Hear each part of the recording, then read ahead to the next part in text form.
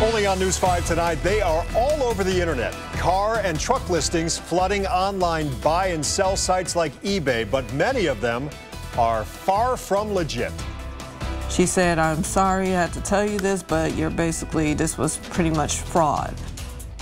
Northeast Ohioans looking for some reliable transportation finding themselves out thousands of dollars with no car to show for it. Consumer advocates say that these fraudulent sellers often give the buyers some kind of sob story, claiming they're offering a deal because they desperately need cash. 5 on Your Side investigator Joe Paganakis with a consumer warning tonight. And Joe, the Cleveland BBB says it's not really a good idea to buy a car you can't see and test drive first. Well, that's right, Danita, but if you must buy a vehicle online, you should do a thorough background check on the seller before issuing any cash.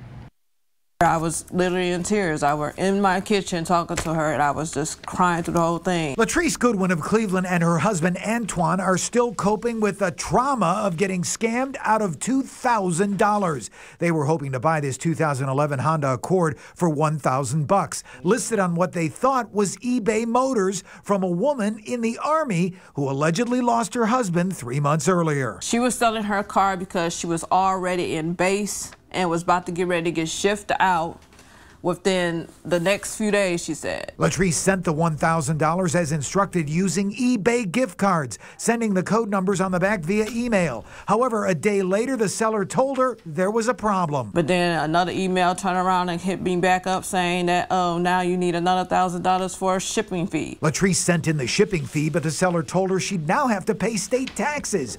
It was then that Latrice finally decided to call eBay, only to discover the car she was trying to buy was a mirage. Absolutely, a lot of fake cars listed online. The Cleveland BBB says fake car listings are a real issue on all platforms and even on shop sell apps like OfferUp. The real clue that this wasn't for real is that the payment method had to be by gift cards. Before you send any money, call on the shopping site to verify the vehicle is a legitimate listing.